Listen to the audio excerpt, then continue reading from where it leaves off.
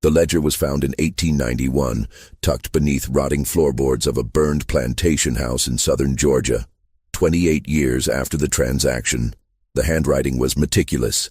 12 names, 12 ages ranging from 4 to 14, 12 prices totaling $8,400, all sold on December 25, 1863. But it was the final entry that made the county clerk's hands tremble. A single word, written in different ink, in a shaking hand that barely resembled the previous entries. Forgive. What the authorities discovered in the days following that Christmas would challenge every assumption about justice, guilt, and the weight of a single night. The master's name was Silas Hargrove, and by dawn on December 26th, something had changed him so profoundly that those who knew him claimed he was no longer the same man. Some said it was divine retribution. Others whispered of something far more terrifying, something that came for him in the darkness of that holy night, when the world celebrated peace, and he had committed an act so cruel that even hardened men turned away in disgust. The truth, buried in testimonies, letters, and the fragmented memories of those who survived, is more disturbing than any legend. Because what happened to Silas Hargrove that night wasn't supernatural. It was entirely, horrifyingly human. And what makes this story even more chilling is that every detail can be traced back to documented records, witness accounts, and the physical evidence that remained long after everyone involved had turned to dust. Before we continue with the story of Silas Hargrove and the 12 children whose lives he sold for profit on the holiest day of the year, I invite you to subscribe to this channel and hit the notification bell so you never miss stories like this one. And please, leave a comment telling us what state or city you're listening from. We love knowing where our audience is. Now let's uncover what really happened on that Christmas night in 1863. The Hargrove Plantation sat 7 miles south of Valdosta, Georgia, on land that had been in the family since 1809. By 1863, it was one of the few estates in the region still operating at near full capacity, despite the war that had been tearing the nation apart for nearly 3 years. While other planters had lost their labor force to Union raids or Confederate conscription, Silas Hargrove had managed to keep his operation intact through a combination of brutal discipline and geographic isolation.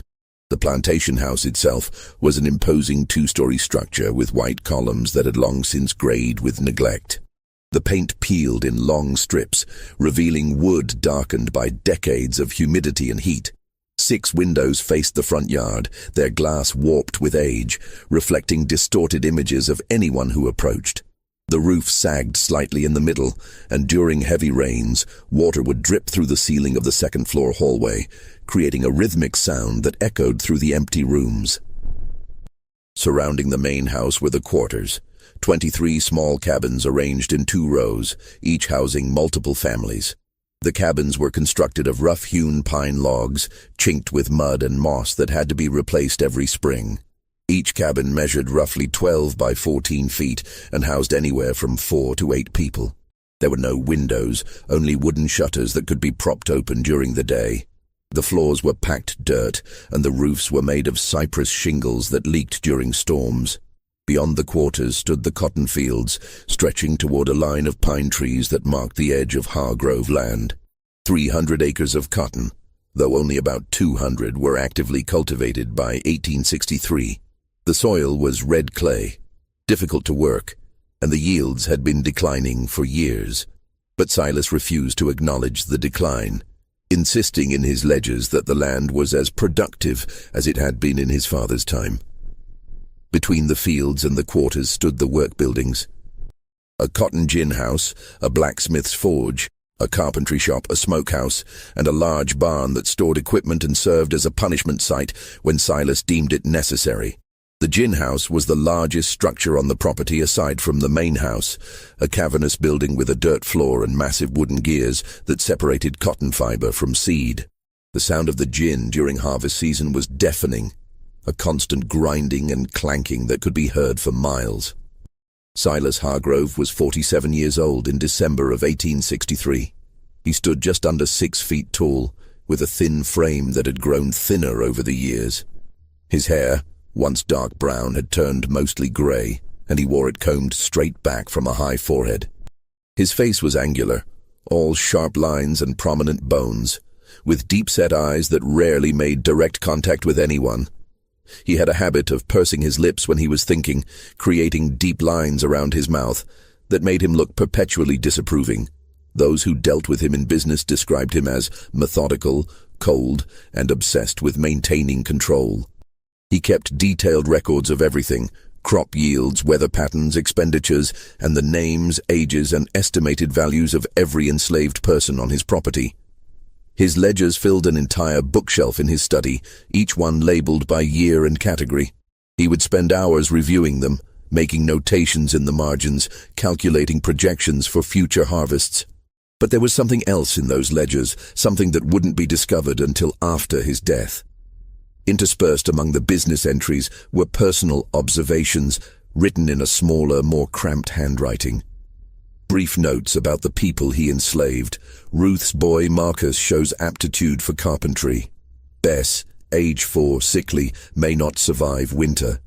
Thomas learning blacksmith trade, value increasing. These weren't compassionate observations. They were assessments, the same way a farmer might note which livestock were thriving and which were failing. Silas had been raised to view slavery as a natural order, an economic necessity, and a social structure ordained by God. His father, Nathaniel Hargrove, had owned the plantation before him and had instilled in Silas a rigid worldview. There were those who were meant to lead and those who were meant to serve. Questioning this order was not only foolish, but dangerous. It threatened the entire foundation of their society. Nathaniel had died in 1856, leaving the plantation to Silas, his only surviving son. Silas's older brother, James, had been killed in a hunting accident in 1849, and his younger brother, Robert, had died of yellow fever in 1852. This left Silas as the sole heir, a responsibility he took with grim seriousness. Silas had married in 1851 at the age of 35 to a woman named Catherine Brennan, the daughter of a wealthy merchant in Savannah. It was not a love match, but a practical arrangement. Catherine brought a substantial dowry, and Silas provided social standing and land. They had 4 children in quick succession: 2 sons, William and Charles, and 2 daughters, Margaret and Anne. Catherine was a quiet woman, deeply religious, who spent most of her time in the upstairs rooms of the house, reading scripture and writing letters to her family in Savannah. She rarely ventured into the fields or the quarters, and she never questioned Silas's management of the plantation. But those who knew her said she seemed perpetually sad, as if she carried a weight she couldn't name. In 1859, Catherine became pregnant with their 5th child. The pregnancy was difficult from the start. She was weak, often bedridden, and by the 8th month, it was clear something was wrong. On a cold night in November, she went into labor. The baby, a boy, was born stillborn. Catherine hemorrhaged and died 3 hours later, at the age of 32. Silas had her buried in the family cemetery, a small plot on a hill overlooking the cotton fields. He commissioned a marble headstone with her name, dates, and a single line from Proverbs. She openeth her mouth with wisdom, and in her tongue is the law of kindness. He never visited the grave after the funeral. The children were sent to live with Catherine's sister in Savannah shortly after their mother's death. Silas told people it was for their education and safety, but those close to the family suspected the real reason. He couldn't bear to look at them. They reminded him of Catherine, and Catherine reminded him of failure. He had failed to protect her, failed to give her a life of happiness, failed to be anything more than a cold, distant husband. With the children gone, Silas retreated further into his work. He spent 18 hours a day managing the plantation, reviewing ledgers, planning crops, and maintaining the rigid control that defined his existence. He ate alone, slept alone, and spoke only when necessary. The enslaved families learned to avoid him when possible, to move quietly when he was near, to never meet his eyes. His only regular companion was Dutch Keller, the overseer. Dutch was a large man, over 6 feet tall and heavily muscled, with a thick red beard and small, cold eyes. He had worked on the plantation since 1857, hired by Silas's father shortly before Nathaniel's death. Dutch was efficient, brutal when he deemed it necessary, and utterly loyal to Silas. He lived in a small house near the gin, separate from both the main house and the quarters, a physical representation of his position, above the enslaved, but below the master. Dutch handled the day-to-day operations of the plantation, assigning work, distributing rations, maintaining discipline.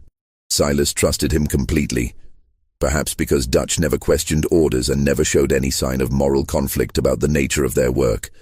To Dutch, enslaved people were tools, no different than plows or cotton gins. You maintained them, you used them, and when they broke, you replaced them. The winter of 1863 had been particularly harsh. Frost came early in November, killing the last of the cotton bolls before they could be harvested. By December, the ground was hard and unforgiving, and a thin layer of ice formed on the water barrels each morning. The enslaved families huddled in their cabins at night, burning what little firewood they were allotted, trying to keep warm in structures that were never designed for comfort. The cotton harvest had been the worst in a decade. Silas calculated that he had lost nearly 40% of his expected yield. The bales that were harvested were of poor quality, fetching lower prices at market, and the market itself was in chaos. The Confederate dollar was nearly worthless, inflation was rampant, and creditors were demanding payment in gold or goods. Silas was facing debts he couldn't ignore. He owed $3,200 to a bank in Savannah, $1,800 to a cotton broker in Macon, and another $2,000 to various suppliers who had provided seed, equipment, and other necessities on credit. In total, he was nearly $7,000 in debt, with no clear way to pay. He spent the first 2 weeks of December reviewing his options. He could sell land, but land prices had collapsed due to the war. He could sell equipment, but he needed the equipment to operate. He could reduce his labor force, but he was already operating at minimum capacity. And then, on December 15th, he received a letter from Virgil Tate. Tate was a slave trader based in Macon, one of the few still operating in Georgia in 1863. Most of the slave trade had collapsed due to the war, but Tate had found a niche market, supplying labor to plantations in the Deep South that had been spared the worst of the fighting. He specialized in what he called future investments, young slaves who could be trained for specific tasks and would provide decades of labor. The letter was brief and businesslike. Tate had heard that Silas was facing financial difficulties. He was prepared to make a generous offer for young slaves, ages 4 to 14, paid in gold. He would take as many as Silas was willing to sell, no questions asked, with payment on delivery. Silas read the letter 3 times. He sat in his study staring at the words, calculating numbers in his head. 12 children. If he sold 12 at an average price of $700 each, he would have $8,400. Enough to pay all his debts and have money left over for seed and supplies for the spring planting. He told himself it was business, just business. The children were eating food the plantation couldn't spare. They wouldn't be productive for years. Their parents would have more children. It was a practical decision, a necessary decision. It was what his father would have done. He wrote back to Virgil Tate that same evening, agreeing to the sale. 12 children, ages 4 to 14, to be delivered on December 25th, Christmas Day. Payment in gold on delivery. He sealed the letter and gave it to Dutch to post the next morning. Then he poured himself a glass of whiskey and returned to his ledgers, trying to ignore the small, persistent voice in the back of his mind that whispered he was making a mistake. The selection process began on December 18th, exactly 1 week before Christmas. Silas woke before dawn, as he always did, and spent an hour in his study reviewing the plantation records. He had a list of all the children on the property, 37 in total, ranging in age from infants to 16-year-olds. He needed to choose 12. The criteria were simple. They had to be healthy, between 4 and 14 years old, and from families that wouldn't cause too much trouble. Silas knew that selling children would provoke grief and anger, but he calculated that some families would be easier to manage than others. Families with multiple children would be less devastated by the loss of one. Families with strong male figures might resist, so he would avoid taking their children if possible. He made his preliminary selections on paper, writing 12 names in his ledger. Then he called for Dutch. Dutch arrived at the study just after sunrise, his breath visible in the cold morning air. Silas showed him the list and explained the plan. Dutch listened without expression, then nodded. "When do you want to tell them?" Dutch asked. "Christmas Eve," Silas said. "No point in giving them time to make trouble." "They'll make trouble anyway," Dutch said. "You're taking their children." "Then we'll deal with it," Silas said. "But the sale is happening. Tate will be here Christmas morning with the gold." Dutch nodded again and left. Silas sat alone in his study, staring at the list of names. 12 children, 12 lives that would be uprooted, separated from their families, sold to strangers. He felt a flicker of something, not quite guilt, but unease. He pushed it down and returned to his calculations. Over the next 2 days, Silas walked through the quarters and the work areas, observing the children on his list. He watched them play, work, interact with their families. He was looking for signs of illness, weakness, or behavioral problems that might reduce their value. The first child on his list was Bess, a 4-year-old girl who lived with her mother, Sarah, and 2 older siblings in cabin number 7. Bess was small for her age, with large dark eyes and a quiet demeanor. She rarely spoke, even to other children, and spent most of her time clinging to her mother's skirts. Silas noted that she appeared healthy despite her size, and her youth made her valuable. She could be trained for domestic work and would provide decades of service. The second was Marcus, a 6-year-old boy who lived with his mother, Ruth, and his grandmother in cabin number 12. Marcus was energetic and curious, always asking questions, always exploring. Ruth was a strong woman, one of the most capable workers on the plantation, and Silas knew that taking her son would devastate her. But Marcus was healthy, intelligent, and would fetch a good price. The third was a girl named Lily, age 7, who lived with her parents and 3 younger siblings in cabin number 3. Lily helped her mother with the younger children and was already learning to sew and cook. She was quiet and obedient, traits that would make her valuable in a domestic setting. The fourth was a boy named Samuel, age 8, who lived with his father, a blacksmith named Joseph, and his mother in cabin number 15. Samuel was apprenticing with his father, learning the trade, and showed considerable skill for his age. Silas hesitated on this one. Joseph was a strong, respected figure in the enslaved community, and taking his son might provoke resistance. But Samuel's skills made him valuable, and Silas decided the risk was worth it. The fifth was a girl named Grace, age 9, who lived with her mother and 2 sisters in cabin number 8. Grace was tall for her age, strong, and already working in the fields alongside the adults. She rarely smiled, and there was a hardness in her eyes that Silas found unsettling. But she was healthy and capable, and that was all that mattered. The sixth was a boy named Daniel, age 10, who lived with his parents and an older brother in cabin number 19. Daniel was small and wiry, with quick hands and a sharp mind. He had been helping in the carpentry shop and showed aptitude for detailed work. His parents were quiet, unlikely to cause trouble, which made him a safe choice. The seventh was a girl named Hannah, age 10, who lived with her mother and grandmother in cabin number 5. Hannah was cheerful and talkative, always singing while she worked. Her mother, a woman named Esther, was one of the house servants, which meant Hannah had been exposed to domestic work from a young age. She would be easy to train and valuable in a household setting. The eighth was a boy named Isaac, age 11, who lived with his parents and 3 younger siblings in cabin number 21. Isaac was serious and responsible, often taking care of his younger siblings while his parents worked. He was literate. His mother had secretly taught him to read using a Bible she had hidden, though Silas didn't know this. Isaac's intelligence and maturity made him valuable. The ninth was a girl named Abigail, age 12, who lived with her mother and 2 younger brothers in cabin number 9. Abigail was beautiful, with delicate features and a graceful manner. Silas knew that her appearance would make her valuable, though he didn't allow himself to think too deeply about why. She was quiet and obedient, unlikely to cause trouble. The 10th was a boy named Elijah, age 12, who lived with his parents and an older sister in cabin number 14. Elijah was strong and hard-working, already doing a full day's labor in the fields. He rarely spoke, keeping his thoughts to himself, but there was an intensity in his eyes that made Silas uncomfortable. Still, his strength and work ethic made him valuable. The 11th was a girl named Rebecca, age 13, who lived with her mother and younger sister in cabin number 6. Rebecca was skilled in sewing and cooking, and she helped care for younger children in the quarters. She was mature for her age, with a quiet dignity that set her apart. Her mother was a widow, which meant there would be no father to cause trouble.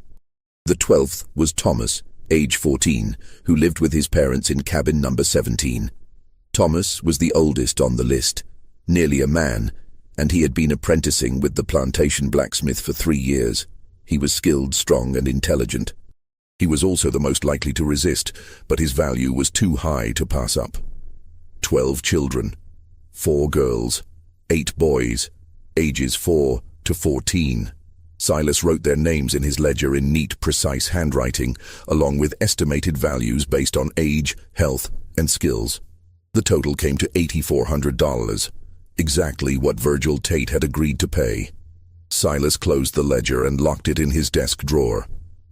The selection was complete. Now he just had to wait until Christmas Eve to make the announcement. The week leading up to Christmas was unusually quiet on the Hargrove plantation. The weather remained bitterly cold, with temperatures dropping below freezing each night. A thin layer of snow fell on December 20th, unusual for southern Georgia, and it lingered on the ground for 2 days before melting into muddy slush. The enslaved families went about their work with the same efficiency as always, but there was a tension in the air that even Silas noticed. People spoke in hushed tones. Children played more quietly than usual. There were no songs in the fields, no laughter in the quarters. It was as if everyone sensed that something was coming, though they didn't know what. Silas spent most of his time in his study, reviewing his financial records and preparing for the transaction. He had written to his creditors, informing them that he would be able to make payments in January. He had calculated how much gold he would need to set aside for spring planting. He had planned everything down to the smallest detail, but he couldn't shake a growing sense of unease. It started as a small, nagging feeling in the back of his mind, easy to ignore. But as Christmas approached, it grew stronger, more insistent. He found himself thinking about the children, not as assets or investments, but as individuals. He remembered watching Bess cling to her mother's skirts. He remembered Marcus's endless questions. He remembered the way Thomas had looked at him once, with an expression Silas couldn't quite interpret. He told himself he was being foolish. This was business. He had made the right decision. The plantation would survive because of this sale. That was all that mattered.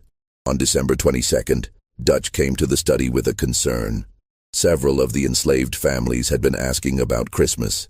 Traditionally, Christmas was one of the few days when they were given a break from work and allowed to celebrate with extra rations and small gifts.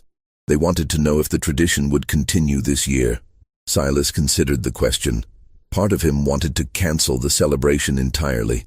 It seemed hypocritical to give them a day of rest when he was about to sell 12 of their children. But he also knew that canceling Christmas would raise suspicions and might provoke resistance before the sale could be completed. "Tell them Christmas will be observed as usual," Silas said. "Extra rations on Christmas Eve. No work on Christmas Day." Dutch nodded and left. Silas returned to his ledgers, but he couldn't concentrate. He kept thinking about the announcement he would have to make on Christmas Eve. He imagined the mothers' faces when they heard their children's names. He imagined the father's rage. He imagined the children's confusion and fear. He poured himself a glass of whiskey, even though it was only mid-afternoon. Then another. By evening he had finished half the bottle and fallen asleep at his desk. He dreamed of Catherine. She was standing in the upstairs hallway of the house, wearing the white dress she had been buried in. She was looking at him with an expression of profound sadness, and she was holding a baby, the stillborn son who had killed her. She didn't speak, but her eyes said everything. "What have you become?" Silas woke with a start, his heart pounding. The study was dark, the fire in the hearth reduced to glowing embers. He lit a lamp and checked his pocket watch. It was just after midnight, December 23rd. 2 days until the sale. He stood and walked to the window, looking out at the quarters. A few cabins had lights in the windows, candles or small fires, Most were dark. He wondered if the families were sleeping or if they were lying awake, sensing the approaching storm. He turned away from the window and went upstairs to his bedroom. He didn't sleep for the rest of the night. December 23rd passed slowly. Silas stayed in his study, avoiding the quarters, avoiding Dutch, avoiding everyone. He reviewed the transaction papers Virgil Tate had sent, making sure everything was in order. He counted and recounted the estimated value of the children. He tried to focus on the numbers, the logic, the necessity of what he was doing. But the unease wouldn't leave him. It had grown into something more than discomfort. It was a physical sensation, a tightness in his chest, a weight pressing down on him. He found it difficult to breathe. His hands shook when he tried to write. He couldn't eat. That evening, he walked out to the family cemetery on the hill. He hadn't been there since Catherine's funeral 4 years earlier. The headstone was weathered but still legible. He stood in front of it, staring at the inscription, and tried to remember what it had felt like to care about someone. He couldn't. That part of him seemed to have died with Catherine, or perhaps even before. He had spent so many years viewing people as assets, as tools, as numbers in a ledger, that he had forgotten how to see them as anything else. He returned to the house as darkness fell. Tomorrow was Christmas Eve. Tomorrow he would make the announcement. And the day after, the children would be gone, and he would have his gold, and everything would go back to normal. He almost believed it. December 24th, 1863, dawned cold and grey. The sky was overcast, threatening more snow, and a bitter wind blew from the north. Silas woke early, as always, but he didn't go to his study. Instead, he stood at his bedroom window, looking out at the quarters, watching as smoke began to rise from the chimneys as families woke and started their fires. He knew what he had to do today. He had rehearsed the words in his mind 100 times. He would be brief, direct, unemotional.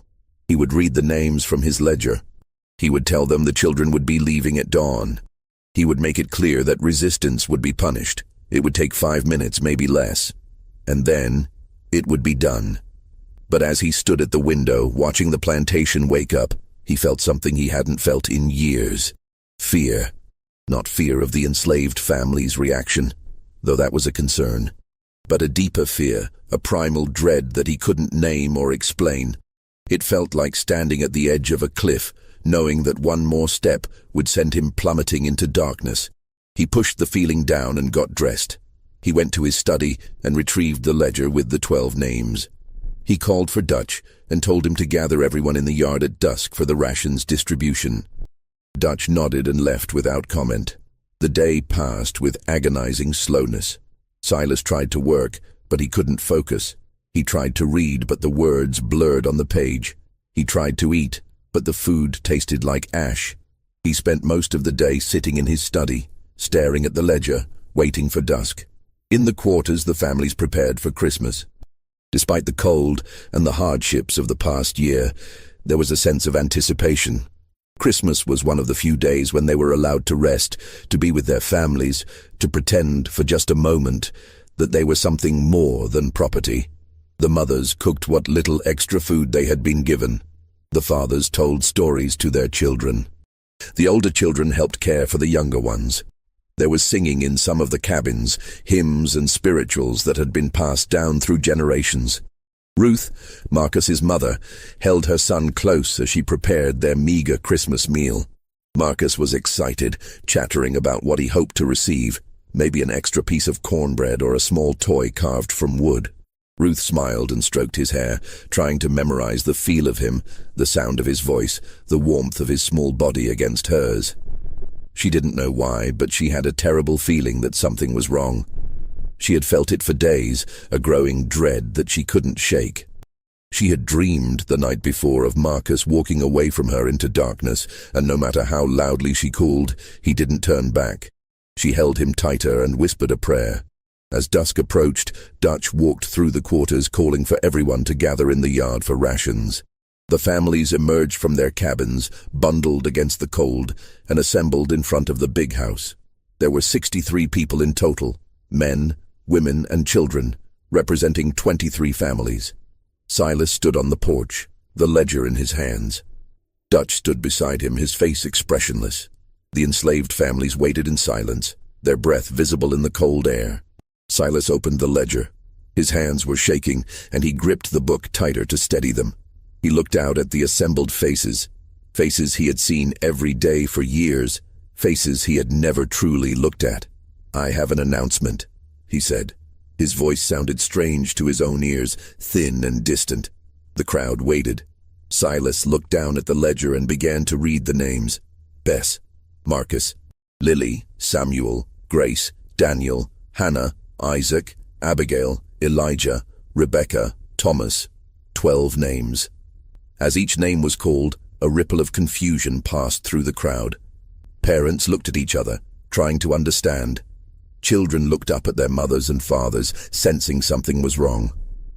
"These children have been sold," Silas continued, his voice flat. "They will be leaving at dawn tomorrow. The buyer will arrive with a wagon. The transaction is final. Anyone who interferes will be punished." For a moment, there was absolute silence. The words hung in the cold air, incomprehensible. And then, slowly, the meaning sank in. The first sound was a gasp, a sharp intake of breath from one of the mothers, then another, and then the wailing began. It started with Ruth. She let out a sound that was barely human, a howl of grief so profound that it seemed to tear the air itself. She fell to her knees, clutching Marcus to her chest, and the sound that came from her was the sound of a soul breaking. Other mothers joined her. Sarah, Bess's mother, collapsed, her body shaking with sobs. Esther, Hannah's mother, screamed and reached for her daughter, pulling her close. The fathers stood rigid, their faces carved from stone, their fists clenched at their sides. The children began to cry, not understanding what was happening but sensing their parents' terror. Bess clung to her mother, her small body trembling. Marcus buried his face in Ruth's shoulder. Thomas stood apart from his parents, his face blank, his eyes fixed on Silas. Ruth crawled forward on her knees, her hands outstretched, her face wet with tears.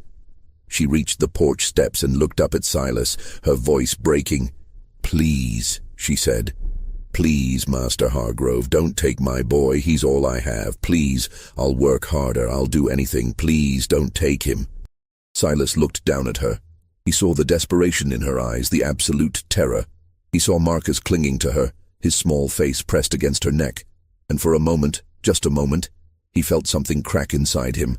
But then he remembered the debts, the creditors, the plantation, the necessity of survival. He hardened his expression and said the words that would haunt him for the rest of his life. "He's worth more than you." Ruth's face crumpled. She let out another wail and collapsed onto the frozen ground, her body racked with sobs. Other mothers surged forward, begging, pleading, offering anything and everything if he would just spare their children. Silas turned and walked into the house. He locked the door behind him and stood in the dark hallway, listening to the sounds of grief outside. The wailing continued for hours, a sound so terrible that it seemed to seep into the walls of the house, into the very foundation. He went to his study and poured himself a glass of whiskey. Then another. He tried to block out the sounds, but they followed him, echoing in his mind. He sat at his desk and stared at the ledger, at the 12 names written in his neat handwriting. Just business, he told himself. Just business. But the words felt hollow. Outside in the quarters, the families held their children. They sang to them, whispered prayers, made promises they knew they couldn't keep. They tried to memorize every detail, the shape of their faces, the sound of their voices, the feel of their small hands. Ruth held Marcus all night, rocking him, singing softly. Marcus had stopped crying and was quiet now, his small body warm against hers. She whispered to him about how much she loved him, about how he needed to be strong, about how she would never forget him. "Will I see you again, Mama?" Marcus asked, his voice small. Ruth couldn't answer. She just held him tighter and continued to sing. In cabin number 17, Thomas sat with his parents. His father, a strong man named Jacob, had his hand on Thomas's shoulder. His mother, a woman named Miriam, held his hand. They didn't speak. There was nothing to say. Thomas looked at his parents and felt something harden inside him. He was 14 years old, nearly a man, and he understood what was happening in a way the younger children didn't. He understood that tomorrow he would be taken from his family and sold to a stranger. He understood that he would likely never see his parents again. He understood that his life, his future, his very identity was being erased because a white man needed money, and he understood that there was nothing he could do about it. But as he sat there holding his mother's hand, feeling his father's grip on his shoulder, he made a silent promise. He would survive. He would remember. And someday, somehow, he would make sure that what was being done to him and the other children would not be forgotten. The night deepened. The temperature dropped. The wailing in the quarters gradually subsided into quiet sobbing, and then into silence. But it was not a peaceful silence. It was the silence of grief too profound for words, of hearts breaking in the darkness. In the big house, Silas sat alone in his study. He had finished the bottle of whiskey and started another. His mind was foggy, his thoughts disjointed.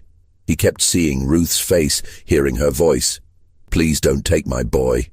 He stood and walked to the window. The quarters were dark now, no lights in the windows. He wondered if anyone was sleeping, or if they were all lying awake, holding their children, counting down the hours until dawn. He turned away from the window and was about to return to his desk when he heard it. A knock at the door. 3 soft, deliberate strikes. Silas froze. It was just after midnight. Who would be knocking at this hour? He assumed it was Dutch, perhaps with news about the arrival time or a concern about potential resistance. He walked through the dark hallway to the front door and opened it. No one was there. The porch was empty. The yard beyond was still, illuminated by a half-moon that cast long shadows across the frozen ground. Silas stepped outside, his breath visible in the cold air. He looked left, then right. Nothing. He was about to go back inside when he saw them. 12 figures standing at the edge of the yard where the grass met the dirt path leading to the quarters. Small figures. Children. For a moment, Silas thought the enslaved families had sent the children to plead for themselves. He felt a surge of anger. This was manipulation, an attempt to make him feel guilt. He stepped off the porch and started toward them, ready to send them back and punish whoever had orchestrated this. But as he got closer, he realized something was wrong. The children weren't moving. They stood perfectly still, arranged in a line, their faces tilted upward toward the house. And they were silent, completely, unnaturally silent. No crying, no pleading, no sound at all. "Get back to the quarters," Silas said, his voice sharp. "Now." None of them moved. He was 10 feet away when he recognized them. Bess, the 4-year-old, her small body rigid. Marcus, Ruth's son, his face blank. Thomas, the blacksmith's apprentice, his eyes fixed on Silas. All 12 children from the list, standing in the exact order he had written their names in the ledger. "I said get back," Silas repeated, louder now. His voice echoed in the stillness. The children didn't respond. They didn't blink. They simply stared at him with expressions he couldn't read. Not fear, not defiance, but something else. Something that made his skin prickle despite the cold. And then slowly they began to move. Not toward him, not away. They simply turned, in perfect unison, and started walking toward the cotton fields. Silas stood frozen, watching them disappear into the darkness beyond the reach of the moonlight. His heart was pounding, though he couldn't explain why. They were just children, enslaved children who would be gone by noon tomorrow. This changed nothing. But as he stood there in the cold, watching the darkness where they had vanished, he felt that fear again, the primal dread that had been growing all day. It was stronger now, almost overwhelming. He went back inside, locked the door, and returned to his study. He poured another glass of whiskey and tried to steady his shaking hands. "Just children," he told himself. "Just a trick to make me feel guilty. It won't work." But he couldn't shake the image of their faces, the way they had stared at him, the absolute silence, the way they had moved in perfect unison, as if controlled by a single mind. He tried to return to his ledger, but the numbers blurred. He tried to sleep, but every time he closed his eyes, he saw them standing in that line, their small bodies rigid, their eyes fixed on him. At 2 in the morning he heard singing. If you're feeling the weight of this story, imagine how those families felt on that Christmas Eve. Before we continue to the most disturbing part of this night, take a moment to like this video and share it with someone who appreciates true historical mysteries. Your support helps us bring these forgotten stories to light. Now, let's discover what happened when Silas heard that singing in the darkness. The singing was faint at first, barely audible over the wind that rattled the windows of the big house. It seemed to come from everywhere and nowhere at once, a melody that Silas didn't recognize, sung in voices too young to carry such weight. The tune was slow, mournful, with a rhythm that felt wrong, discordant, like a hymn sung backward or a lullaby twisted into something dark. Silas stood in his study, the whiskey glass frozen halfway to his lips. He listened, trying to determine where the sound was coming from. It seemed to drift through the walls like smoke, seeping into every corner of the house. He went to the window and looked out. The yard was empty. The quarters were dark, but the singing continued, rising and falling in waves that made his chest tighten. He grabbed his coat and a lantern and went outside. The moment he stepped off the porch, the singing stopped. The silence that followed was worse.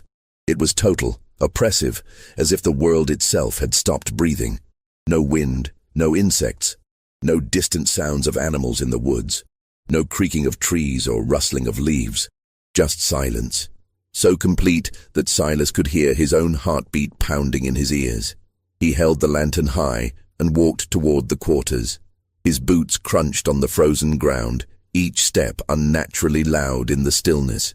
He expected to find the families awake, perhaps gathered in one of the cabins, perhaps singing to comfort themselves. But every door was closed, every window dark. He knocked on the nearest door, cabin number 7, where Bess lived with her mother, Sarah. No answer. He knocked again, harder. Still nothing. He pushed the door open. Inside, Sarah lay on a pallet with her 2 older children, all 3 of them asleep. But it wasn't a normal sleep. Their breathing was shallow, almost imperceptible, and they didn't stir when Silas called out. He moved closer and shook Sarah's shoulder. She didn't wake. Her skin was warm, her pulse steady, but she was completely unresponsive, as if trapped in some deep, unnatural slumber. Silas backed out of the cabin, his heart racing. He moved to the next cabin, then the next. The same in each one. Every adult, every child except the 12 he had selected, was asleep in this same deep, unnatural way. He called their names, shook them, even splashed water on their faces. Nothing worked. They simply lay there, breathing shallowly, trapped in sleep. Except the 12 children. The 12 children were gone. Silas felt the first real thread of panic. He told himself it was absurd. They were hiding, playing some kind of game, or perhaps their parents had hidden them before falling into this strange sleep. But the panic remained, cold and insistent, spreading through his chest like ice water. He searched the quarters, the barn, the storage sheds, the gin house. Nothing. He walked to the edge of the cotton fields, holding his lantern high, and called their names. His voice was swallowed by the darkness, as if the night itself was absorbing the sound. And then he saw the light. Deep in the fields, perhaps 100 yards away, a small fire burned. It was low to the ground, flickering weakly but unmistakable against the darkness. Silas started toward it, his boots crunching on the frozen earth, his breath coming in short gasps. As he got closer, he saw them. The 12 children sat in a perfect circle around the fire. They weren't moving, weren't speaking. They simply sat, their faces illuminated by the flames, staring into the fire as if hypnotized. The light cast strange shadows on their faces, making them look older, almost ancient. "What are you doing?" Silas demanded, his voice breaking the silence. "Get up. Get back to the quarters. Now." None of them looked at him. They continued to stare into the fire, their expressions blank. He stepped closer, anger overriding fear. "I said get up." One of the children, Thomas, the oldest, finally turned his head. His eyes met Silas's, and for the first time, the boy spoke. "We're waiting." His voice was calm, almost conversational, but there was something underneath it that made Silas's skin crawl.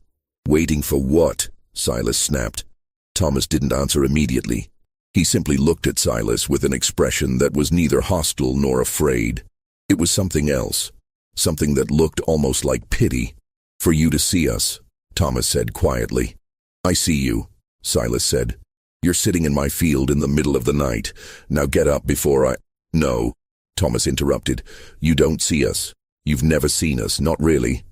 Silas felt his anger spike. "I don't have time for this nonsense. Get up, now." He reached down and grabbed Thomas's arm, intending to drag him to his feet. But the moment his hand made contact, Thomas looked up again, and this time, his expression was different. Not blank, not empty, but filled with something Silas couldn't name, a depth of understanding that no 14-year-old should possess. "You sold us," Thomas said quietly. "On Christmas." The words hit Silas like a physical blow. He released the boy's arm and stepped back. "It's business," Silas said, but his voice sounded weak even to himself. "You don't understand. It's just business. I have debts. The plantation." "We understand," Thomas said. And then, in a voice that didn't sound like a 14-year-old boy, he added, "Do you?" The fire went out. Not gradually, not flickering and fading. It simply vanished, as if someone had thrown a blanket over it. The darkness rushed in, absolute and suffocating. Silas's lantern was still burning, but its light seemed to stop just inches from the glass, unable to penetrate the blackness around him. He heard movement, footsteps, whispers. The children were standing now, he could sense it, but he couldn't see them. He swung the lantern wildly, trying to find them, but the light revealed nothing but darkness. And then he felt it. Hands. Small hands, dozens of them, touching him, not grabbing, not violent, just touching. His arms, his chest, his face, cold fingers pressing gently against his skin, as if trying to memorize him, to understand him. Silas screamed. He swung the lantern and it shattered against the ground, plunging him into complete darkness. He ran blindly, stumbling over frozen furrows, his breath coming in ragged gasps. He didn't know which direction he was going. He only knew he had to get away. The hands followed him. They touched his back, his shoulders, his neck. Light touches, almost gentle but relentless. And with each touch he felt something, a flash of emotion, a fragment of memory that wasn't his own. He felt terror.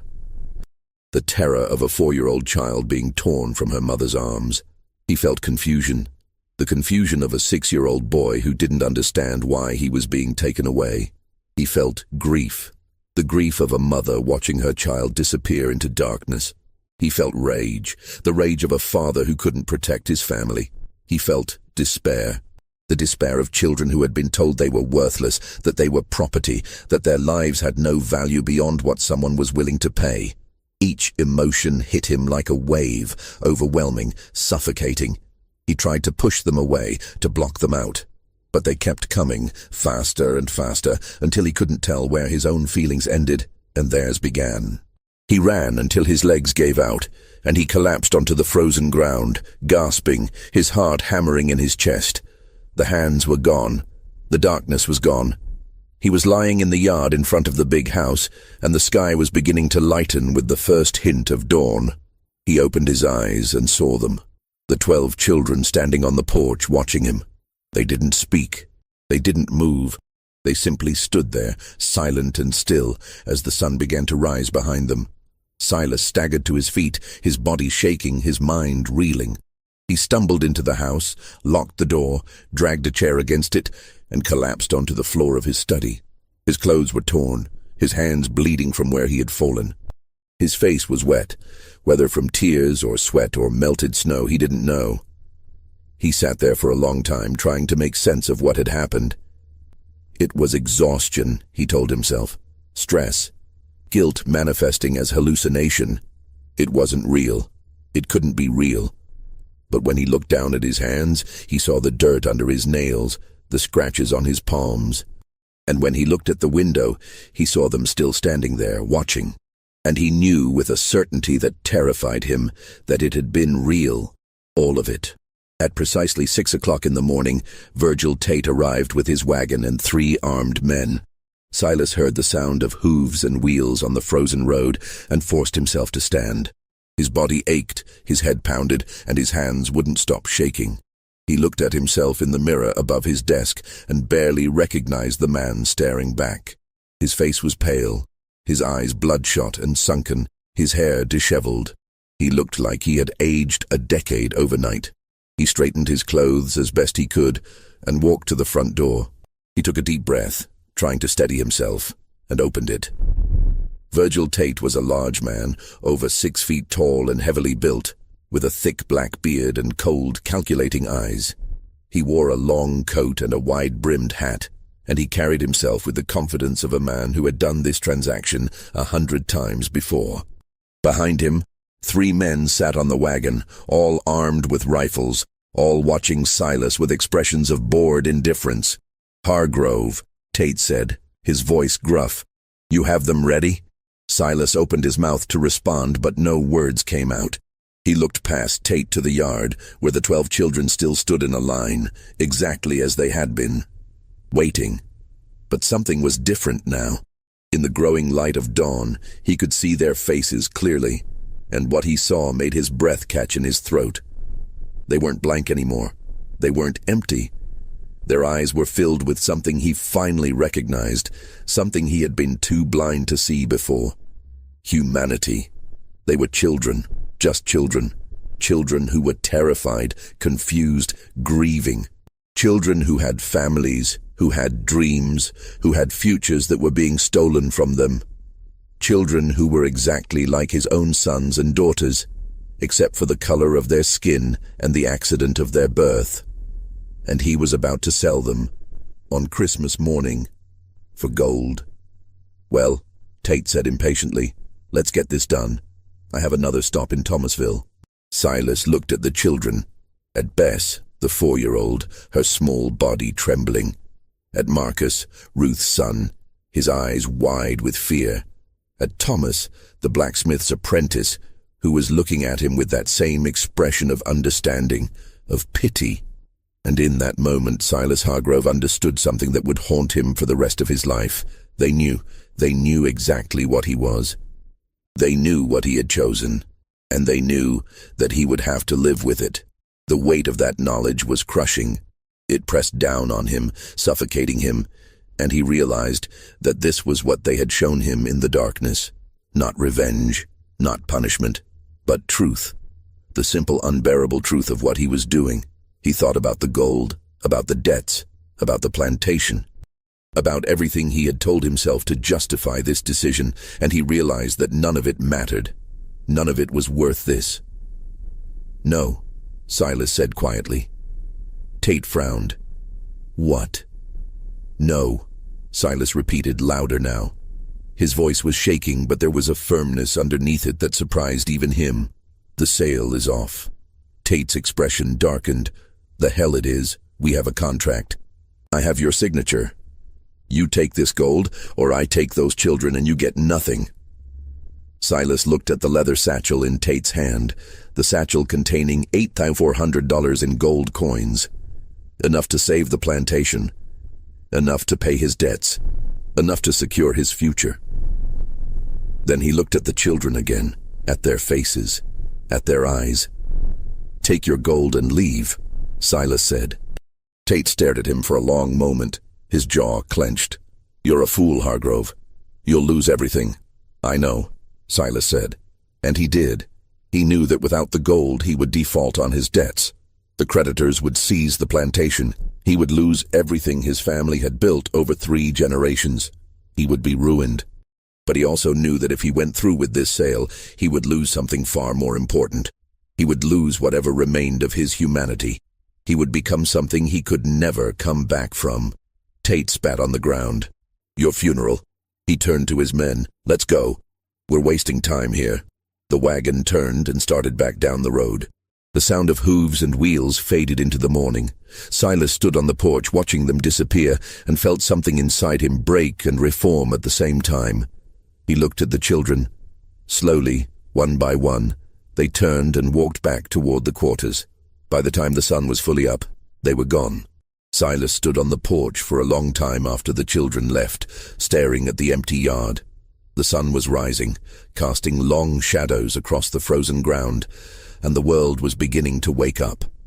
He could hear sounds from the quarters now, doors opening, voices calling out, the normal sounds of morning. He realized that whatever had happened during the night, whatever strange sleep had fallen over the plantation, was over. The families were waking up, and they would want answers. Silas went inside and walked to his study. He sat at his desk and stared at the ledger, at the 12 names written in his neat handwriting. He picked up his pen, dipped it in ink, and drew a single line through each name. Then at the bottom of the page he wrote 3 words: sale cancelled, debt remains. He closed the ledger and locked it in his desk drawer. Then he stood and walked back outside. The families were emerging from the quarters now, confused and disoriented. They had woken to find themselves in their cabins with no memory of how they got there or what had happened during the night. The last thing they remembered was the announcement on Christmas Eve, the grief, the wailing, the terror of knowing their children would be taken at dawn. But dawn had come, and their children were still there. Ruth was the first to see Marcus. He was standing outside their cabin, looking tired and confused but unharmed. She ran to him and swept him into her arms, sobbing, checking him for injuries, unable to believe he was really there. Other mothers did the same, finding their children, holding them, weeping with relief and confusion. The children couldn't explain what had happened. They remembered standing in the yard, remembered walking to the fields, remembered sitting around a fire. But after that, everything was blank until they woke up at dawn. Dutch Keller emerged from his house near the gin, looking as confused as everyone else. He had fallen asleep at his desk the night before and woken to find it was Christmas morning. He walked to the big house and found Silas standing on the porch. "What happened?" Dutch asked. "Where's Tate? Did the sale go through?" "No," Silas said. "I cancelled it." Dutch stared at him. "You what?" "I cancelled the sale," Silas repeated. "The children are staying. But the debts?" "I'll figure it out," Silas said. His voice was flat, emotionless. But there was a finality to it that made Dutch realize there was no point in arguing. Dutch shook his head. "You've lost your mind." "Maybe," Silas said. "Or maybe I just found it." Dutch left, muttering under his breath. Silas remained on the porch, watching as the families slowly realized what had happened. The children weren't being taken. They were safe. It was Christmas morning and they were still together. The relief was palpable, but so was the confusion. No one understood what had changed. No one knew why Silas had cancelled the sale, and no one dared to ask. Silas spent the rest of Christmas Day alone in his study. He didn't eat. He didn't sleep. He simply sat at his desk, staring at the ledger, replaying the events of the night over and over in his mind. The children in the yard, the fire in the fields, the hands in the darkness, the emotions that had overwhelmed him. Terror, confusion, grief, rage, despair. He had felt what they felt. He had experienced for just a moment what it was like to be them, to be powerless, to be property, to be seen as less than human. And it had broken something in him that could never be repaired. The days following Christmas of 1863 were marked by a strange, heavy silence on the Hargrove plantation. The enslaved families returned to their work, but something had shifted. They moved through their tasks with the same efficiency, but there was a new quality to their presence, a quiet dignity, a sense of having witnessed something that couldn't be undone. Silas Hargrove did not leave the big house for 3 days. Dutch Keller tried to speak with him on December 27th, knocking on the study door and asking about the plantation's operations. Silas didn't respond. Dutch could hear him inside, moving around, but the door remained locked. On the 28th, Dutch left a tray of food outside the door. It sat there untouched until the 29th, when Silas finally emerged. Those who saw him said he looked like he had aged a decade. His face was gaunt, his eyes sunken and red-rimmed, with dark circles that spoke of sleepless nights. His hands trembled when he tried to hold a pen. His clothes hung loosely on his frame, as if he had lost weight in just a few days. He didn't speak to anyone. He simply walked through the plantation, stopping occasionally to stare at the quarters, the fields, the places where the children played. On December 30th, he did something unprecedented. He called a meeting of all the enslaved families. They gathered in the yard. wary and uncertain. The last time they had been called together, Silas had announced the sale of their children. They didn't know what to expect now, but they prepared for the worst. Silas stood on the porch, the same spot where he had made the announcement 6 days earlier. But this time, everything about him was different. His posture was less rigid. His voice was quieter. And when he spoke, there was something in his tone that none of them had ever heard before. Uncertainty, humility, perhaps even shame. "I'm giving you a choice," he said. The families exchanged glances, confused. Enslaved people didn't get choices. "Anyone who wants to leave can leave," Silas continued. His voice was steady, but there was an undercurrent of emotion that threatened to break through. "I won't stop you. I'll give you papers saying you're free. You can go north, find the Union lines, start over.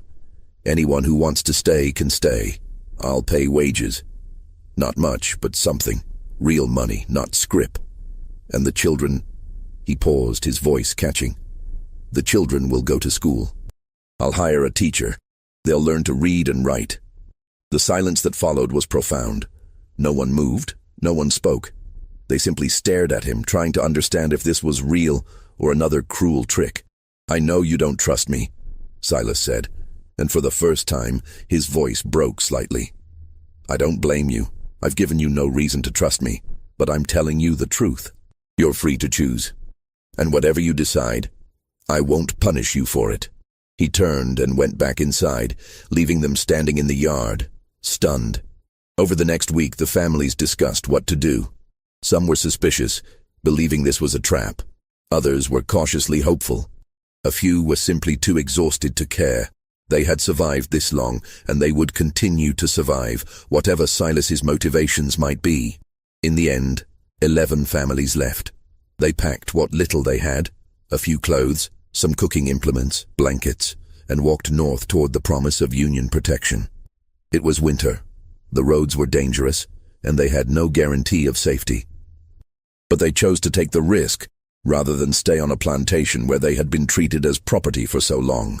12 families stayed, not because they trusted Silas, but because they had nowhere else to go. Winter was brutal for those without shelter, and the roads were full of Confederate patrols who would capture and re-enslave any black person without papers. Staying was the practical choice, even if it meant remaining in a place filled with painful memories. Silas kept his word. In early January, he hired a teacher, a widow from Valdosta named Mrs. Calloway. She was in her 50s, educated, and had been struggling to make ends meet since her husband's death. Silas offered her room and board, plus a small salary, to teach the children 3 times a week.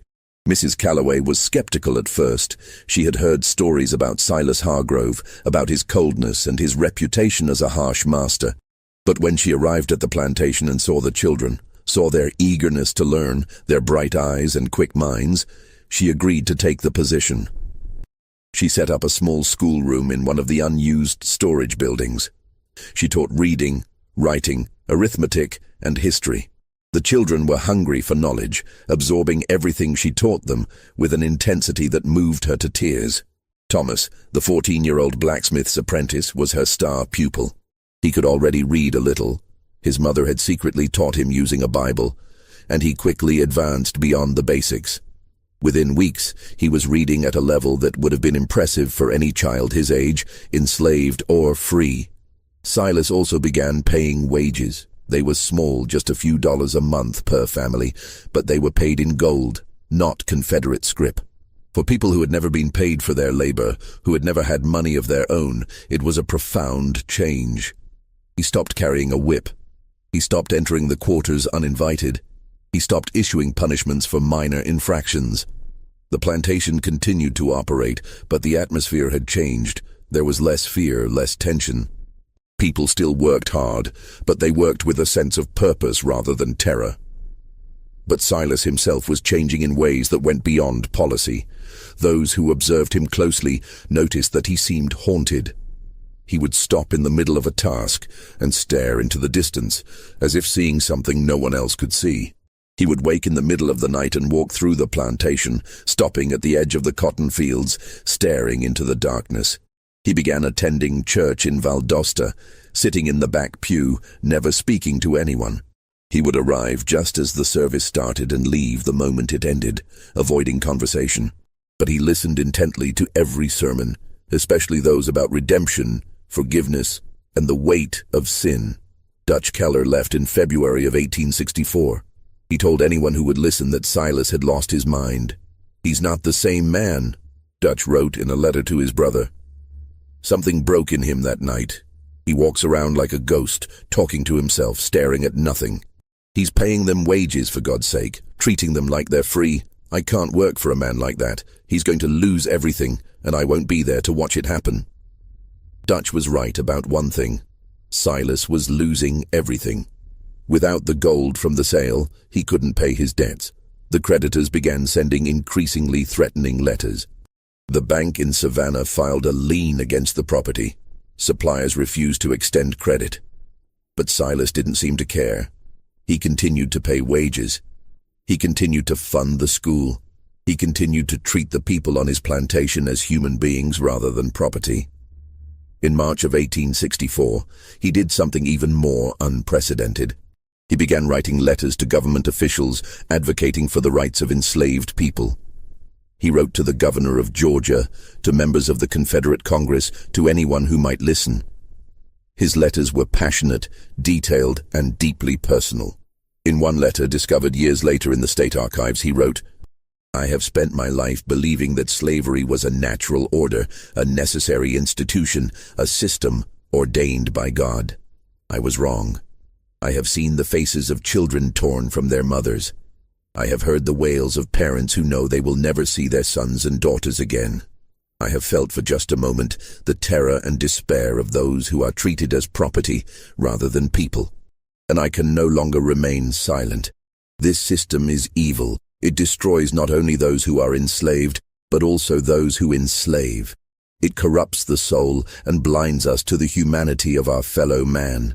I do not expect forgiveness for my role in perpetuating this evil, but I can at least speak the truth, even if no one listens." The letters were ignored. Some were mocked. A few resulted in threats. But Silas continued to write them, driven by a compulsion he couldn't explain. The war dragged on through 1864 and into 1865. Sherman's army marched through Georgia in late 1864, burning plantations and freeing enslaved people in their wake.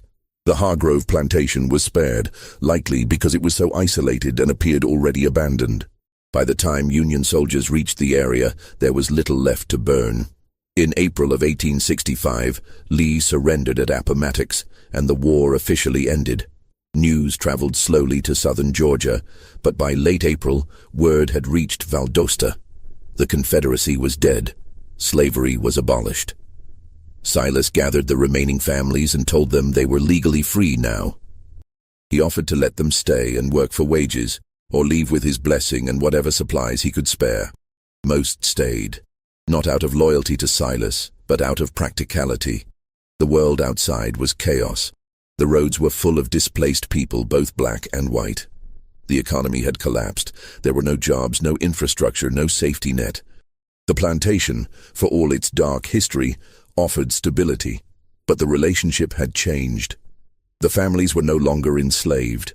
They were workers, employees, people with agency and choice, and Silas treated them as such. He began dividing the plantation land, offering plots to families who wanted to farm independently. He provided seed, tools, and advice. He helped them establish their own small farms, even though it meant reducing the size of his own operation. In 1867, he sold most of the remaining plantation land to the families who had stayed, offering them terms so generous that a lawyer in Valdosta accused him of financial suicide. The lawyer was probably right. Silas sold the land for a fraction of its value, accepting payment in installments over 10 years, with no interest. "Why are you doing this?" the lawyer asked him. "You're giving away everything your family built."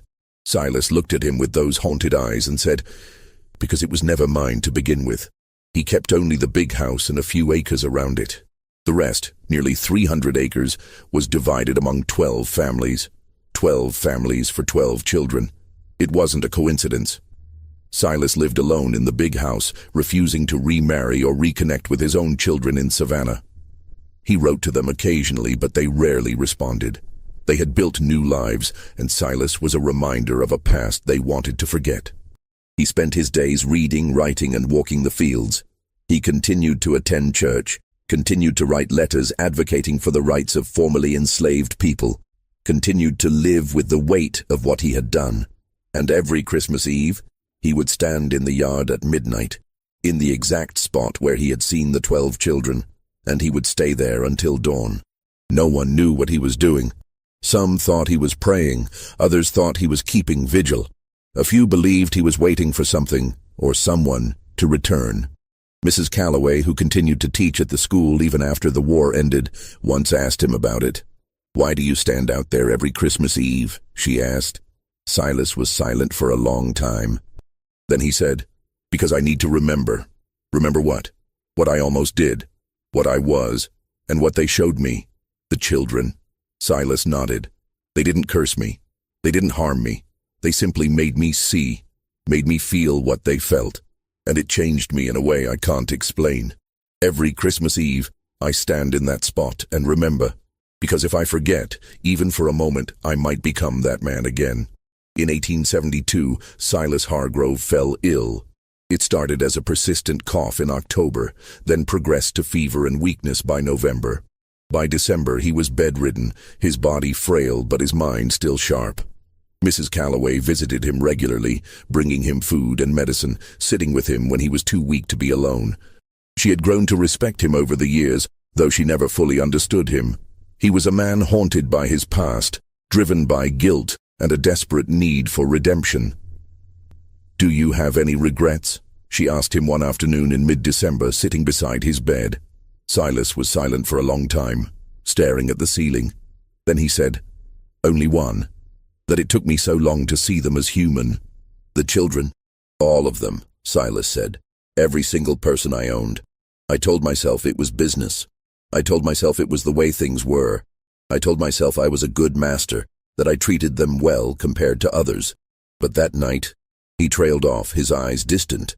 "That night they showed me what I really was, and I couldn't unsee it." "What did they show you, Mrs. Calloway asked gently. Silas looked at her, his eyes filled with something between sorrow and terror. "That I was the monster, not them, me. I was the one who stole lives, who destroyed families, who treated human beings as property. And the worst part is, I did it all while believing I was righteous, that I was doing what was necessary, what was natural. They showed me the truth, and it destroyed me.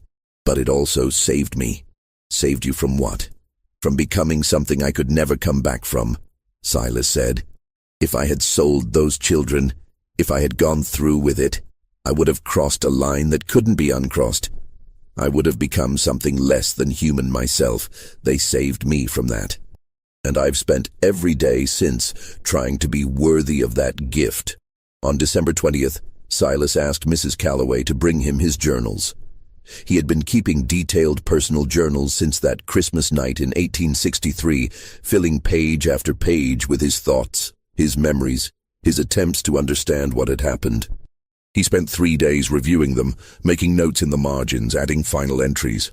On December 23rd, he sealed them in a metal box and gave them to Mrs. Calloway. "Keep these safe," he said. "Someday, someone might want to know what really happened, what I did, and what they did to save me from myself." "Who are they?" Mrs. Calloway asked. "The 12, Silas said. "The children. They're grown now, scattered across the country. But I still see them sometimes in my dreams, still standing in that line, watching me, waiting for me to understand. Do you understand now?" Silas smiled, a sad, weary smile. "I'm beginning to." On December 24th, 1872, exactly 9 years after the night he had tried to sell the 12 children, Silas Hargrove died. It was just after midnight, Christmas morning. Mrs. Calloway was with him, holding his hand when he took his last breath. His final words were barely a whisper. "Forgive." The families who had stayed on the plantation buried him in the small cemetery on the hill. not far from where Catherine had been buried 13 years earlier. They marked his grave with a simple stone that bore only his name and dates. No epitaph, no flowery language, just the facts. But they also did something unexpected. They planted 12 small trees around his grave, one for each of the children he had almost sold. Oak trees, strong and enduring, that would grow tall and provide shade for generations to come. It was a gesture that confused outsiders. Why would formerly enslaved people honor the man who had once owned them, who had once tried to sell their children? But those who had lived through that Christmas night understood. Silas Hargrove had been a monster, yes, but he had also been a man who had changed, who had spent the last 9 years of his life trying to atone for his sins. He hadn't succeeded. Some sins are too great for atonement. But he had tried. And in a world where most slaveholders never acknowledged their crimes, never changed their ways, never showed even a hint of remorse, that meant something. In 1891, a fire swept through the old plantation house. It had been abandoned for years, slowly decaying, the windows broken, the roof collapsing, the walls covered in vines. No one was surprised when it finally burned. Lightning strike, most people assumed, or perhaps a vagrant's campfire that got out of control. But when county officials came to assess the damage and determine if the property was safe, they found something in the ruins. Beneath the charred floorboards of the study, they discovered a metal box. It was scorched but intact, sealed tight against the flames. Inside were Silas's journals, not the business ledgers, but personal journals he had kept from 1863 until his death.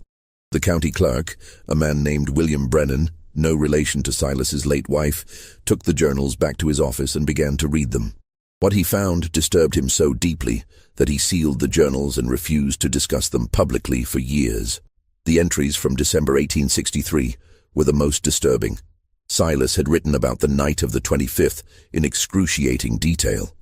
The children in the yard, the fire in the fields, the hands in the darkness, the overwhelming emotions that had flooded through him.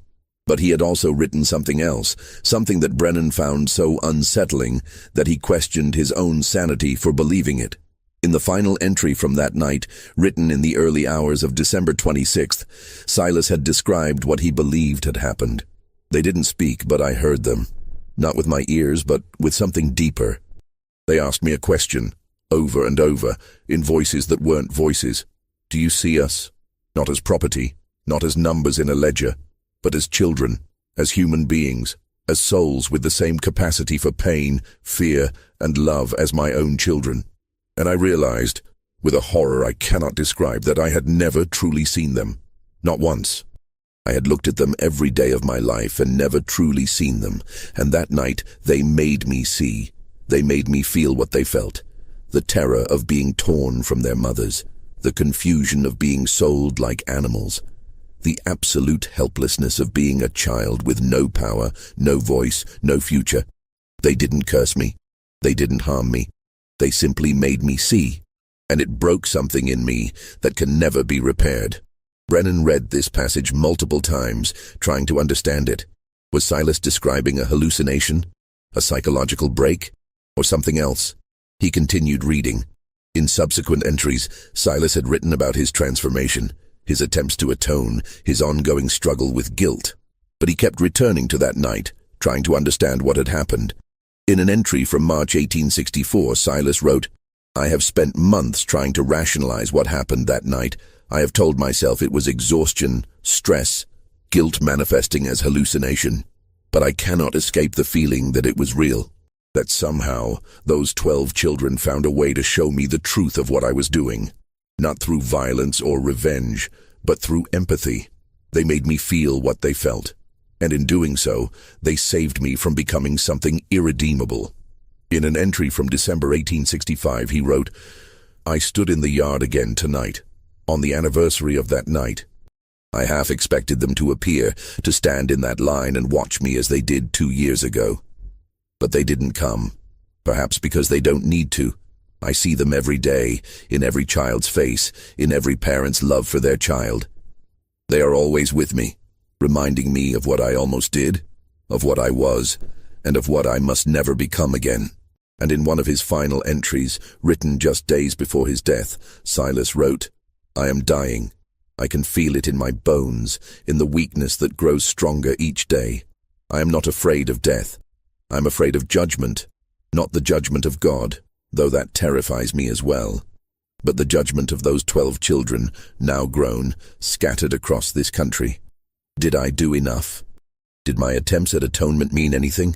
Or was I simply a monster trying to ease his conscience before the end? I don't know. I will never know. But I hope, I pray, that they can forgive me. Not for what I did, because that is unforgivable, but for what I almost did, and for spending the rest of my life trying to be better than the man I was. Brennan closed the journal and sat in silence for a long time. He didn't know what to make of it. The story was too strange, too disturbing, too impossible to believe. And yet there was something about Silas's words, about the raw honesty and pain in them, that made him think it might be true. He decided to investigate further. He began tracking down descendants of the families who had lived on the Hargrove plantation, interviewing them, asking about their memories and the stories passed down through their families. What he discovered complicated the narrative even further. Several descendants mentioned the night the children walked, describing it as a real event, not a hallucination. They said their grandparents or great-grandparents had spoken of it, had described waking up on Christmas morning to find their children safe, with no memory of the night before. One woman, the granddaughter of Ruth, Marcus's mother, told Brennan that her grandmother had spoken of that night only once, shortly before her death in 1889. She said it was like a dream, the woman told Brennan. She remembered the announcement, remembered the grief, remembered holding Marcus and singing to him, and then she remembered nothing until dawn, when she woke up and Marcus was still there. She said it felt like God had intervened, had put everyone to sleep and changed Mr. Hargrove's heart during the night. She never understood how or why, but she was grateful for it every day of her life. Another descendant, the grandson of Thomas, the blacksmith's apprentice, told a different story. My grandfather didn't talk about that night much, he said, but he told me once that he and the other children had been taken to the fields, that they had sat around a fire, and that Mr. Hargrove had come to them. He said they had shown him something, he wouldn't say what, and that it had changed him. My grandfather said it wasn't magic or anything supernatural. He said it was just truth. They had shown Mr. Hargrove the truth of what he was doing, and he couldn't live with it anymore. Brennan compiled all of this information into a report, but he never published it. He was afraid of being mocked, of being accused of believing in ghost stories or supernatural nonsense. He sealed the journals and the report in the county archives, where they remained for decades. The story of Silas Hargrove and the 12 children faded into obscurity. The plantation land was divided and sold over the decades. The big house burned and was never rebuilt. The cemetery was eventually overgrown and forgotten. The families who had lived there moved on, building new lives, and the painful memories of slavery gradually receded into the past. But the story didn't disappear entirely. It was passed down through families, whispered in hushed tones, told to children as a cautionary tale or a story of redemption. The details changed over time, as stories do, but the core remained the same. A man who had been willing to sell children on Christmas Day and the night that changed him forever. In 1923, a historian researching Reconstruction-era Georgia tracked down 3 of the 12 children, now elderly, and asked them about their experiences on the Hargrove plantation. 2 refused to discuss it. The third, a woman named Bess, the youngest of the 12, who had been only 4 years old that Christmas, agreed to speak, but only briefly. "I don't remember much," she said, her voice thin and wavering with age. "I was too young, but I remember my mama holding me that night, crying like the world was ending, and I remember waking up the next morning and everything was different. Mr. Hargrove was different, like something had died in him. My mama said it was a miracle. She said God had touched his heart, but I don't think it was God." When the historian asked what she thought it was, Bess was quiet for a long time. Then she said, "I think he finally saw us, really saw us, and it killed the part of him that could live with what he'd done." She died 3 weeks later, at the age of 64. She was the last of the 12 children to pass away. In 1979, a historian named Dr. Raymond Collier published a book titled The Christmas Reckoning, Guilt and Redemption on a Georgia Plantation. He had discovered the sealed journals in the county archives and spent years researching the story, tracking down descendants, and piecing together what had happened. In the book, Dr. Collier argued that Silas Hargrove had experienced what we would now call a severe psychological crisis, triggered by the moral weight of his decision to sell the children. He suggested that the events of Christmas night were likely a combination of sleep deprivation, stress, and a guilty conscience manifesting as vivid hallucinations. But he also included testimonies from the descendants that complicated that explanation. Several of them mentioned that their grandparents or great-grandparents had spoken of the night the children walked, describing it as a real event, not a hallucination. They said the children had been found in the fields at dawn, cold and disoriented, with no memory of how they got there. Dr. Collier couldn't explain that. He noted it in his book as an unresolved discrepancy and moved on. But in his private notes, discovered after his death in 2003, he wrote something different. "I don't know what happened on that plantation on Christmas night, 1863. I've spent years trying to find a rational explanation and I can't. The testimonies are too consistent, the details too specific. Either an entire community conspired to create an elaborate fiction, or something happened that defies easy explanation. I'm a historian. I deal in facts. But sometimes facts lead you to places where reason can't follow. Maybe Silas Hargrove did hallucinate. Or maybe for one night, 12 children found a way to make a man see the truth of what he was doing. Not through violence. Not through revenge, but through the simple, unbearable act of being seen, of being recognized as human, and maybe that was more powerful than any punishment could ever be. The Hargrove plantation no longer exists. The land was subdivided and sold over the decades, and now it's a mix of farmland and residential properties. The big house burned in 1891, and nothing was ever rebuilt on the site. The cemetery where Silas was buried was eventually overgrown and forgotten, though local historians believe they have identified its location. But the 12 oak trees remain. In 2015, a land survey team working in the area discovered a cluster of 12 massive oak trees arranged in a circle on a small hill. The trees were estimated to be over 140 years old, dating back to the 1870s. At the center of the circle, partially buried and covered in moss, was a weathered gravestone bearing the name Silas Hargrove, and the dates 1816, 1872. The discovery sparked renewed interest in the story. Local historians researched the site and confirmed that it was indeed the old Hargrove Plantation Cemetery. The 12 oak trees, they concluded, had been planted around Silas's grave shortly after his death. The site is now protected as a historical landmark. Visitors can walk among the oak trees, which have grown massive and majestic, their branches intertwining overhead to create a natural cathedral.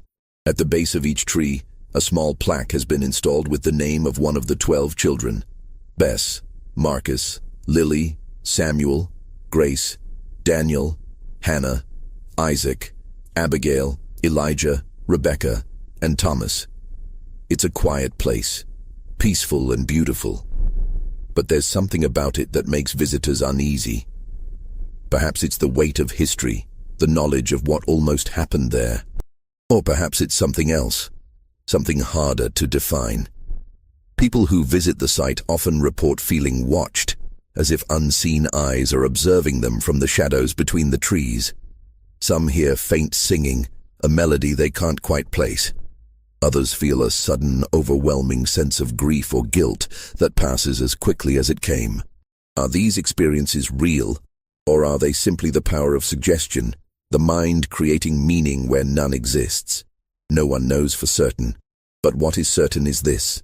On Christmas night in 1863, something happened on the Hargrove plantation that changed the course of multiple lives. Whether it was a psychological break, a shared hallucination, or something that defies rational explanation, the result was the same. A man who had been willing to sell children for profit became a man who spent the rest of his life trying to atone for his sins. It wasn't enough. It could never be enough. Some sins are too great for atonement, but it was something. And in a world where most slaveholders never acknowledged their crimes, never changed their ways, never showed even a hint of remorse, that meant something. The 12 children grew up. They lived full lives, as full as any formerly enslaved person could in the post-war South. They had families, careers, struggles, and triumphs.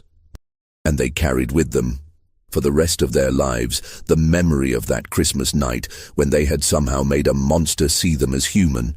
They never spoke publicly about what happened, perhaps because they didn't fully understand it themselves, or perhaps because some truths are too profound, too personal to be shared with the world. But they remembered, and their descendants remember. And now, through this story, we remember too. Not as a tale of supernatural revenge or divine intervention, but as a reminder of something far more important: the power of empathy, the weight of guilt, and the possibility, however slim, however difficult, of redemption. This story shows us that sometimes the most terrifying hauntings aren't supernatural. They're the moments when we're forced to confront the truth of our own actions. What do you think really happened on that Christmas night in 1863? Was it a psychological break, or did those 12 children find a way to make Silas Hargrove see them as human? Leave your comment below with your thoughts. If you enjoyed this deep dive into one of history's most disturbing and mysterious events, subscribe to this channel, hit the notification bell, and share this video with someone who appreciates stories that blur the line between history and mystery. Thank you for watching, and we'll see you in the next video.